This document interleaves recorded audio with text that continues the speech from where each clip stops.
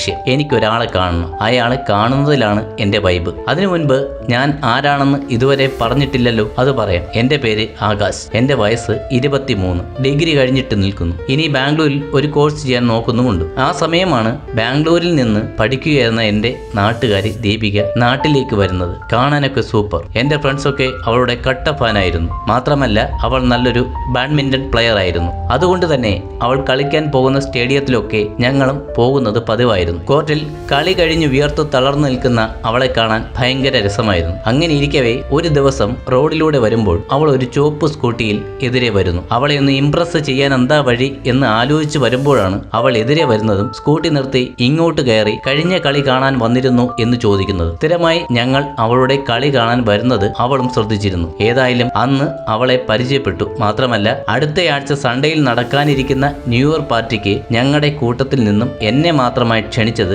എനിക്ക് അത്ഭുതമായിരുന്നു. നനച്ചിരിക്കാത്ത നേരത്ത് എന്നെ തേടിയെത്തിയ മഹാ അത്ഭുതമായി അവളുടെ ക്ഷണം എനിക്ക് തോന്നി. പക്ഷേ പിറ്റേന്ന് പുലർച്ചെ ഒരു സങ്കടകരമായ കാഴ്ച കണ്ടു. വീടിന് മുൻവശത്തെ റോഡിനപ്പുറം ഒഴിഞ്ഞുകിടക്കുന്ന പുരയിടത്തിൽ ആക്രി പെറുക്കുന്നവർ പുരയിടം ലീസിനെടുത്ത് അവിടെ ഷെഡുകൾ അടിച്ചിരിക്കുന്നു. അവിടെ ഞങ്ങളുടെ ഷട്ടിൽ കോർട്ടായിരുന്നു. ആ സ്ഥലത്താണ് അതെല്ലാം നശിപ്പിച്ചുകൊണ്ട് ആക്രി പെറുക്കുകൾ ഷെഡ് അടിച്ച് അവിടം കയ്യേറിയത്. അതെനിക്ക് ഇഷ്ടപ്പെടാത്ത ഒരു സംഗതി തന്നെയായിരുന്നു. അതുകൊണ്ട് തന്നെ അവിടെ എത്തിയ കുടുംബാംഗങ്ങളോട് എനിക്ക് വെറുപ്പായിരുന്നു. അങ്ങനെ ഇരിക്കുമ്പോഴാണ് ഒരു ദിവസം അവരുടെ കൂട്ടത്തിലുള്ള ഒരു പെൺകുട്ടി ആക്രിയുണ്ടോ എന്ന് ചോദിച്ചുകൊണ്ട് ഒരു ദിവസം വീടിന്റെ മുറ്റത്തേക്ക് കടന്നു വന്നത്. മൈഗ്രെയിൻ എന്ന തലവേദനയുടെ ബുദ്ധിമുട്ടുള്ളതിനാൽ അവളുടെ വരവും ചോദിപ്പും ഒന്നും എനിക്ക് തീരെ ഇഷ്ടപ്പെട്ടില്ല. അവളോട് ഇവിടെയൊന്നുമില്ല എന്നറിയിച്ചിട്ട് വീടിനകത്തേക്ക് പോകുമ്പോൾ അവൾ വീണ്ടും വീടിന്റെ അടുക്കള ഭാഗത്തുള്ള പുരയിടത്തിൽ നിന്നും ആക്രി പെറുക്കുന്നത് കാണാനിടയായി. പുരയിടത്തിൽ നിന്നും അവളെ ഓടിച്ചു വിടാനായി പരമാവധി ഉച്ചത്തിൽ ശബ്ദമെടുത്തുകൊണ്ട് ഭയപ്പെടുത്തുവാൻ ശ്രമിക്കവേ ഞാൻ അവിടെ കുഴഞ്ഞു വീണു. പിന്നീട് ഉണർന്നപ്പോൾ